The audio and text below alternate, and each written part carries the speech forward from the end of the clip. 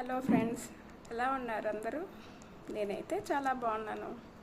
Friends, ఈరోజు topic ఏంటంటే, మనకి అన్నీ బాగున్నా కూడా ఒక్కొక్కసారి సంఘంలో మనకి గుర్తింపు ఉండదు. రెండోది, ఎవరు గౌరవించారు ఎంత మంచిగా ఉన్నా కూడా.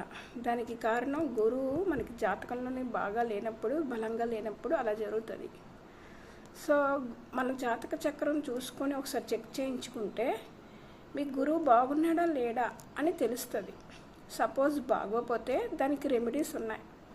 లైక్ మీరు డైలీ ఓం బ్రహ్మ బృహస్పతి నమః అనే ఒక మంత్రాన్ని 108 సార్లు జపించిన, రోజు స్నానం చేస్తున్నప్పుడు మన పోసుకునే వాటర్ బకెట్లోని కొంచెం పసుపు కలిపిన, లక్షవారాలు అంటే గురువారాలు పసుపు వస్త్రాలు కట్టుకోవడం, పసుపు పూలతోని దత్తాత్రేయుడికి, మీ ఇష్టదైవం ఎవరుంటే వాళ్ళు, సాయిబాబా ఎవరు నమ్మితే వాళ్ళు, తర్వాత దక్షిణామూర్తి, ఈ దేవుళ్ళకి పూజించినా కూడా మంచి ఫలితం ఉంటుంది.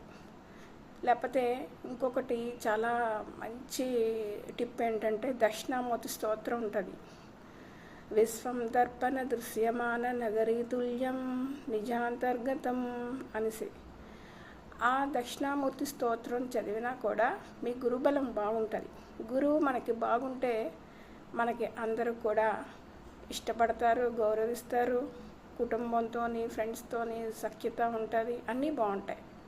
సో ఫ్రెండ్స్, ఈరోజు టాపిక్ ఇదే. నా వీడియో నచ్చితే లైక్ చేయండి. మీ ఎంకరేజ్ చేస్తే ఇలా చాలా చాలా మంచి చిట్కాలు, మంచి జాతక పరంగా మన లైఫ్లో జరుగుతున్నవి చెప్తాను.